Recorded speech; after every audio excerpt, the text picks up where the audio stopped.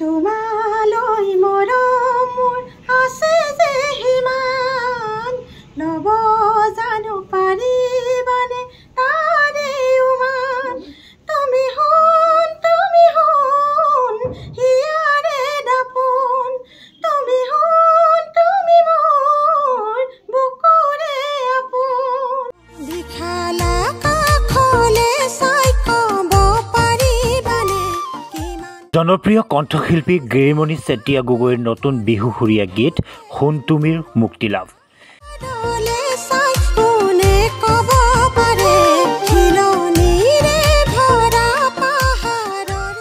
টিজি প্ৰডাকশ্যনৰ বেনাৰত নিৰ্মাণ কৰা গীতটি আনুষ্ঠানিকভাৱে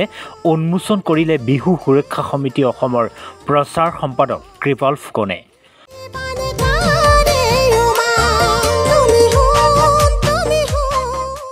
তপনদ্বীপ লাহৰৰ কথা আৰু সুৰেৰে প্ৰস্তুত কৰা গীতটি শুভমুক্তিৰ দিনাই সামাজিক মাধ্যমত ব্যাপক শ্ৰোতাৰ সমাদৰ লাভ কৰিছে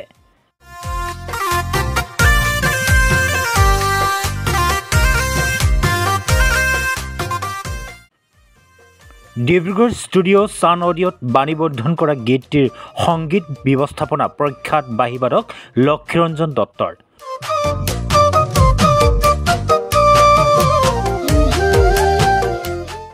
ত্ৰৈলোক্য গগৈৰ দ্বাৰা প্ৰযোজিত সোণ তুমিৰ পাৰ্কাছন ঋতু শইকীয়াৰ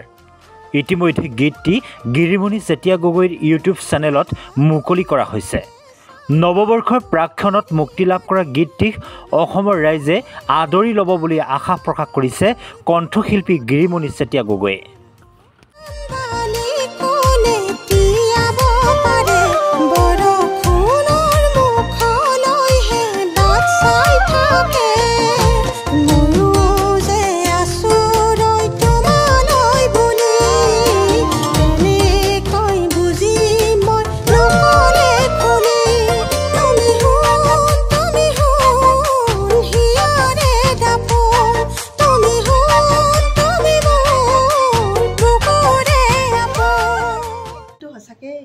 গাই খুব ভাল লাগিছে মই পোনপ্ৰথমে অসমবাসী ৰাইজলৈ মোৰ ইয়াৰ পৰা মৰম যাচিছোঁ নতুন বছৰ শুভেচ্ছা জনাইছোঁ তাৰপৰা গানটোৰ কথা ক'বলৈ গ'লে সঁচাকৈয়ে মই যিমান গীত গাইছোঁ সেই গীতখিনিতকৈ সেই গানটো গাই খুব ভাল লাগিছে মোৰ তাকে আৰু অসমবাসী ৰাইজক মই অনুৰোধ কৰিছোঁ অসমবাসী ৰাইজ বুলিও নহয় মই বাহিৰৰ পৰা প্ৰায় কমেণ্ট পাইছোঁ বাহিৰত থকা মোৰ বন্ধুসকলে তেওঁলোকে চাই মেলি মোক জনাই মই আমুকৰ পৰা চাইছোঁ তামুকৰ পৰা চাইছোঁ এনেকৈ বাইদেউ ভাল লাগিছে সেয়াই আৰু আমাৰ ৰাইজে সঁহাৰি দিয়ক মৰম দিয়ক তাকে আদৰি লওক তেখেতলোকে সেয়াই মই কামনা কৰিছোঁ অতি বিশাল মোৰ গিৰিমণি চেতিয়া গগৈ প্ৰকৃতাৰ্থত তাই জামিৰা পাত্ৰমুঠি গাঁৱৰ মোৰ একালৰ ছাত্ৰী এটা সময়ত তেওঁৰ দেশপ্ৰেমমূলক গীত গাই গোটেই দৰ্শক শ্ৰোতাৰ হৃদয় জয় কৰা সেই গিৰিমণি চেতিয়া প্ৰায় ২০ বছৰ অন্তৰ্ধানৰ অন্তত আজি অসমবাসীলৈ যিটো বিহুসুৰীয়া গীত উপহাৰ হিচাপে দিলে তাত মই অত্যন্ত আনন্দিত হৈছোঁ আৰু গীতটি হ'ল সোণ তুমি আৰু তাতোতকৈ বেছি আনন্দিত হৈছোঁ যে গিৰিমণি চেতিয়াৰ ককায়েক তপনদ্বীপ লাহৰ গীতৰ কথা তপনদ্বীপ লাহৰৰ আৰু এইটো ডিব্ৰুগড় জিলাৰ ছান ষ্টুডিঅ'ত বাণীবদ্ধ হৈছে আমি আশা ৰাখিছোঁ অসমবাসীয়ে এই সুকন্ঠী গায়িকাগৰাকীক প্ৰতিষ্ঠিত কৰিব আৰু অনাগত ভৱিষ্যতত এই গীতটি আমি ভিডিঅ' ৰেকৰ্ডিঙৰ জৰিয়তে অসমবাসী ৰাইজলৈ উপহাৰ দিম আৰু সেইটো খুব কম সময়ৰ ভিতৰতে আমাৰ এই প্ৰচেষ্টা আমি হাতত ল'ম আজি অতি ভাল লাগিছে মই আজি অতি এটা ভাল দিনত উপস্থিত হৈছোঁ যেন অনুভৱ কৰিছোঁ বিশেষকৈ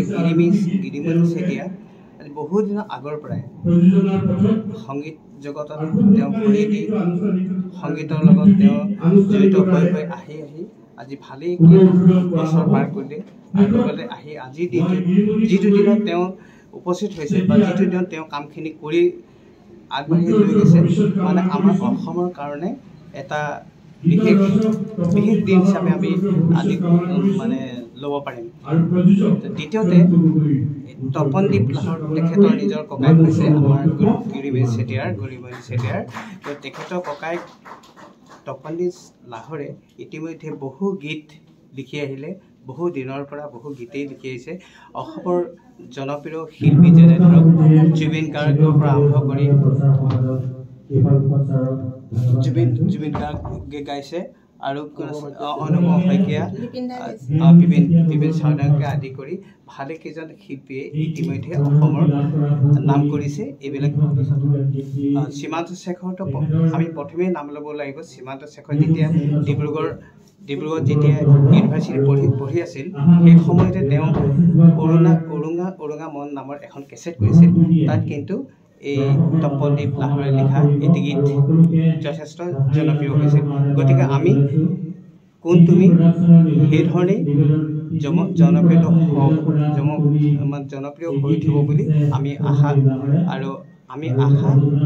সদায় ৰাখিছোঁ এই বুলি যে অদূৰ ভৱিষ্যতেও এনেকুৱা গীত তেওঁলোকৰ পৰা আমি সদায় পাই থাকিম